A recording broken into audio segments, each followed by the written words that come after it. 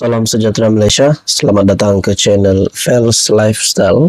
Info padu, info hangat disediakan di dalam channel ini.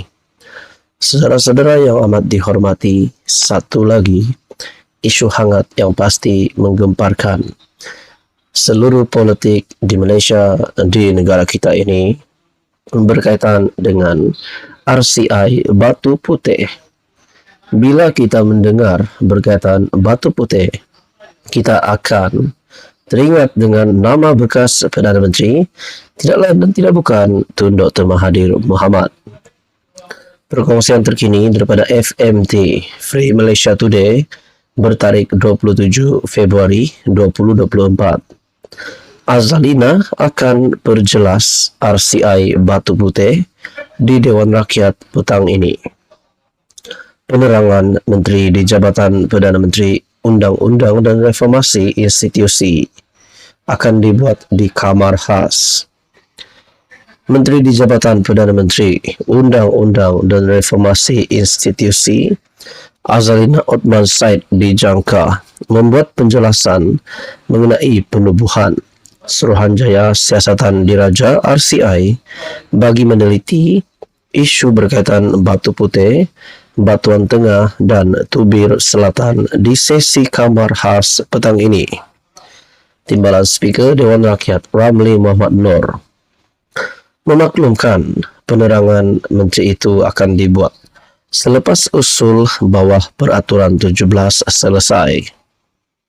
Speaker Dewan Rakyat Johari Abdul sudah benarkan permohonan Azalina untuk menteri buat penerangan menteri di Kamar Khas berkenaan penubuhan RCI untuk mengkaji pengendalian perkara berkaitan Batu Putih, Batuan Tengah dan Tubir Selatan. Penerangan menteri akan dibuat di Kamar Khas petang ini selepas usul di bawah peraturan 17 selesai, katanya di Dewan Rakyat pada 14 Februari lalu. Yang di Pertuan Agong Sultan Ibrahim memperkenan penubuhan RCI untuk mengkaji pengendalian perkara berkaitan kedaulatan Batu Putih, Batuan Tengah dan Tubir Selatan selepas Jemaah Menteri setuju menubuhkannya pada 24 Januari. Dalam kenyataan, bahagian hal ehwal Undang-Undang Jabatan Perdana Menteri berkata, kerajaan turut mendapat perkenan pelantikan bekas Ketua Hakim Negara Madraus Sharif sebagai pengerusi RCI. Pada 2018, pentadbiran Dr. Mahathir Mohamad ketika itu menarik balik permohonan semakan keputusan Mahkamah Keadilan Antarabangsa ICJ yang memutuskan Batu Putih milik Singapura. Tahun lalu pasukan petugas khas ditubuhkan untuk mengkaji kes itu, mendapati Mahathir mungkin membuat kesilapan apabila menarik balik permohonan tersebut. Pada masa sama, Peguam Negara ketika itu Idrus Harun berpandangan keputusan menarik balik permohonan tersebut sebagai tidak teratur dan tidak wajar. Adakah dengan isu ini dibangkitkan semula setelah yang di Pertuan Agong Sultan Ibrahim perkenan penubuhan RCI untuk mengkaji pengendalian perkara berkaitan kedaulatan Batu Putih? Adakah sekiranya Mahathir didapati bersalah dalam hal ini, beliau akan dihukum sehingga beliau akan dipenjara? Semua ini menjadi persoalannya. Apa komen Anda? Sekian saja. Teruskan bersama di dalam channel ini. Halo semua, salam sejahtera Malaysia. Selamat datang ke channel Fels Lifestyle. Info padu, info hangat disediakan di dalam channel ini. Saudara-saudara yang amat dihormati semua, ini satu kejutan baru untuk kepimpinan politik yang cuba untuk menggugat kerajaan yang ada hari ini, pimpinan Datuk Seri Anwar Ibrahim, yaitu Kerajaan Perpaduan. Titah yang di Pertuan Agong ke-17 Sultan Ibrahim memetik daripada satu artikel daripada sinarharian.com. Agong titah tidak akan layan permintaan yang menggugat kestabilan politik. Yang di-Pertuan Agong Sultan Ibrahim pada Isnin mengingatkan bahawa baginda tidak akan melayan sebarang permintaan daripada mana-mana pihak yang cuba mengganggu, gugat kestabilan politik negara.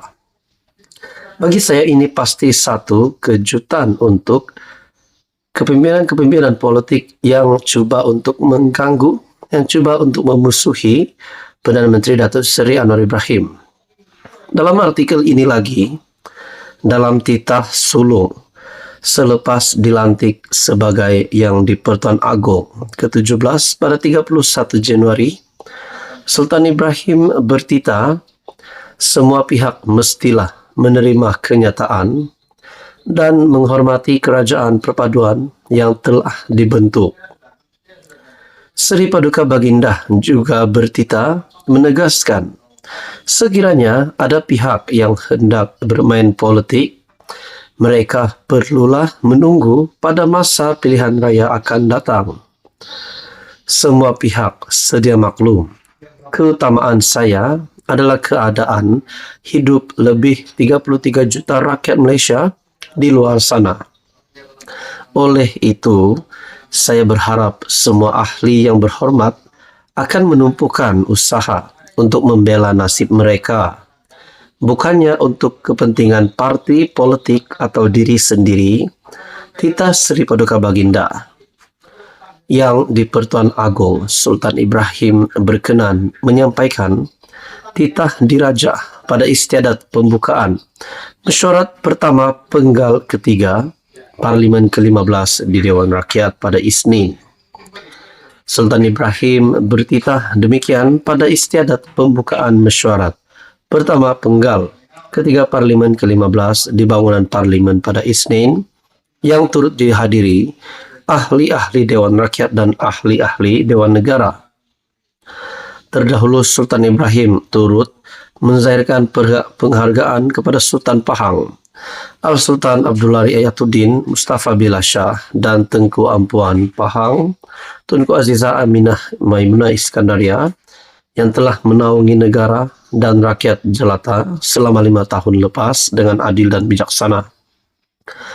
Nah, saudara-saudara, di dalam artikel ini juga berkongsi Yang di-Pertuan Agong turut menzahirkan penghargaan kepada Perdana Menteri Datuk Seri Anwar Ibrahim dan barisan anggota pentadbiran negara kerajaan yang telah mentadbir negara dengan sempurna. Nah, saudara-saudara, bagi saya ini pasti satu berita baik untuk Datuk Seri Anwar Ibrahim sebagai Perdana Menteri, dan berita buruk untuk mereka-mereka yang cuba untuk mengganggu, gugat kestabilan politik. Saudara-saudara, apa komen Anda berkaitan dengan isu ini? Sekian saja, teruskan bersama di dalam channel ini untuk info yang seterusnya.